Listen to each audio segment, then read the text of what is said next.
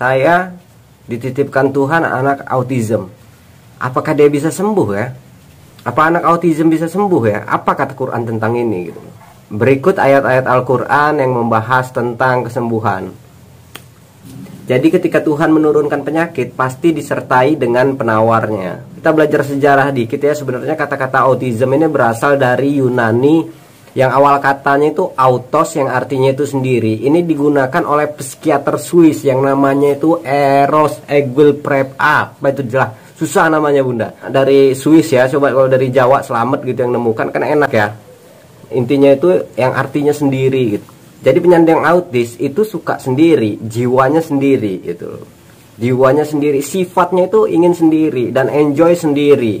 Oleh sebab itu, anak penyandang autis biasanya mengalami gangguan-gangguan, gangguan komunikasi, gangguan sosialisasi, interaksi itu pada umumnya ya. Kalau yang lain-lain banyak bisa berupa gangguan sensori. Ya, dan gangguan-gangguannya ini jelas bisa kita atasi, bisa kita sembuhkan gangguan-gangguannya ya. Bukan autismnya. Kalau autismnya itu di jiwanya pengen sendiri, ya nggak bisa sembuh itu bukan penyakit. Makanya namanya itu bukan penderita autism tapi penyandang gitu loh. Karena itu bukan penyakit. Kalau penyakit biasanya biasanya bahasanya itu penderita. Penderita HIV AIDS, menderita gagal ginjal, menderita liver, menderita macam-macam lah. Sedangkan autism ini bukan penyakit, makanya namanya penyandang autism.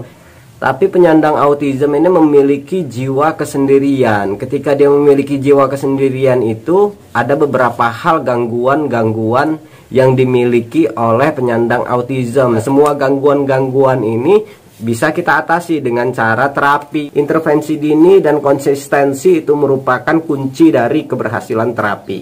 Itu gangguan-gangguannya bisa kita sembuhkan. Soal autismnya ya nggak bisa lah, itu jiwa kok gitu loh. Itu memang dasarnya gitu loh. Basicnya pengen sendiri.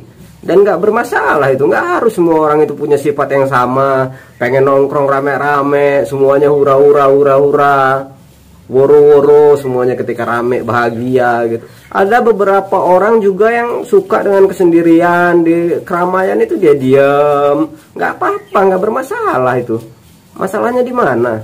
Yang jadi pertanyaan, apa nanti anak autism ini bisa kerjasama? Jawabannya jelas bisa lah anak autism kerjasama. Catatan kerjasama ya, bukan kerja bersama-sama ya. Kerjasama ini seperti Kijang ya.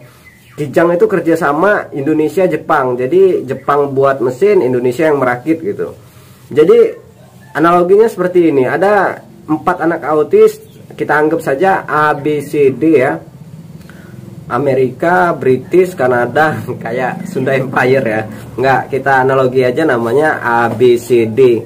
Ingin bekerja sama membuat sebuah mobil, ya sudah. Yang si A buat bannya, B buat bodinya, C buat mesinnya, D buat elektrikalnya. Ya kerjasama itu bukan berarti kerja bersama-sama. Buat ban ya terserah lo mau di mana, mau di Lampung, buat body di Surabaya, buat mesin di Jakarta, buat di Medan, bebas. Arti kerjasama ini bukan kerja bersama-sama. Apakah anak autism bisa kerjasama? Ya jelas bisa. Kenapa tidak? Jadi efek negatif dari orang yang memiliki jiwa autism bisa kita atasi. Gangguan-gangguan itu ya bisa lah, jelas kita atasi lah. Tapi kalau jiwa autismnya sendiri itu ya tidak bisa bunda, tidak bisa kawanku. Itu bukan penyakit autism itu. Dia akan selamanya tetap autism, makanya namanya penyandang. Sifat gimana sih analogi sifat itu? Saya ambil contoh simpel aja lah ya. Contohnya sifat pelit lah ya. Apa efek dari sifat pelit itu ya? Dia kikir, pelit gitu kan. Bisa berubah nggak?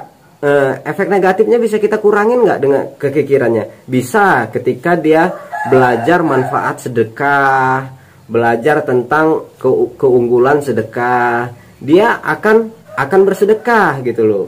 Tapi apakah pelitnya sembuh? Tidak. Dia beda. Dia walaupun banyak sedekah, walaupun banyak ini, tetap ada jiwa-jiwa pelitnya itu tetap masih ada gitu. Dia beda dengan orang yang natural, bener-bener dermawan. Dia belajar dikit, nggak belajar pun dia memang udah dermawan gitu loh jiwanya. Beda gitu. Jiwa orang itu berbeda-beda gitu. Sifat orang itu berbeda-beda. Ada yang suka hobi keramaian, hobi sendiri nggak masalah bunda, tidak bermasalah itu. Autism itu bukan masalah, bukan penyakit yang harus kita sembuhkan, bukan. Efek negatif loh, efek negatif dari autism itu yang bisa kita sembuhkan. Kalau autismnya sendiri, jiwanya sendiri, keinginannya untuk sendiri, itu yang nggak bisa lah kita sembuhkan. Efek negatifnya itu yang bisa sembuh, jelas. Kalau untuk anak penyandang autism biasanya tidak bisa berkomunikasi, tidak bisa bicara, bisa kita terapi, bisa bicara. Dia tidak menunjuk, bisa kita ajari menunjuk. Tidak ada kontak mata, bisa ada kontak mata, bisa disembuhkan. Kalau ciri-cirinya, ciri-ciri negatifnya, gejala-gejalanya bisa kita sembuhkan. Tapi kalau untuk keautisannya sendiri ini, karena bukan penyakit, dia itu penyandang. Kalau penyakit kan dia penderita ya, kalau ini kan penyandang dia, jadi nggak bisa disembuhkan. Jadi itu nggak bisa dan nggak bermasalah. Dan kalau menurut saya itu selalu ada dua sisi dalam satu koin ya, ada plus minusnya. Autism ini ya ada minusnya lah, kayak interaksinya itu nggak natural. Kalau menurut saya banyak positifnya juga. Jadi saya itu memiliki satu anak dan 9 ponakan ya. Jadi ada 10 anak laki-laki di rumah itu. Satu autism, Wais Alzaigam anak saya gitu.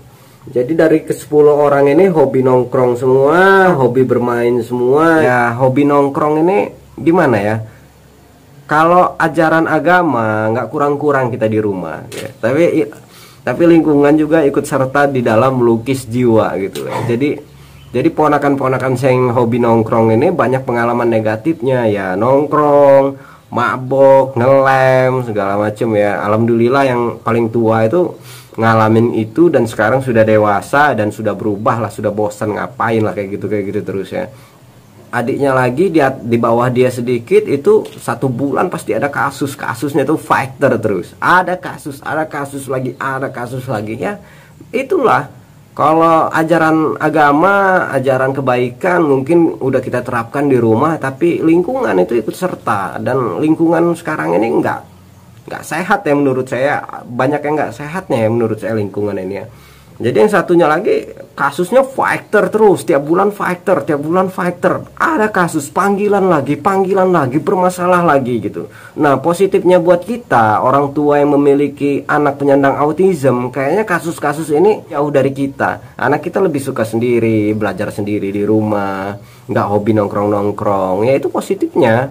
Dan nggak usah sedih dan bermuram durja. Kita fokus sama memperbaiki kekurangan dia, menambah skill dia gitu, menambah progres dia dengan cara terapi, intervensi dini dan konsistensi merupakan kunci dari keberhasilan terapi. Di situ kita fokus di situ, bukan menyembuhkan jiwanya. Kasihan lah kan, biarkan dia jadi diri sendiri. Dia tidak menyukai keramaian, ya itulah dia gitu loh. Biarkan, kita ambil positifnya, kita fokus sama kekurangannya. Autism nggak sembuh, memang itu bukan penyakit, makanya namanya itu penyandang autism, bukan penderita autism. Oke, segitu bunda ya, segitu yang bisa saya bagikan bunda ya. Sekian, terima kasih.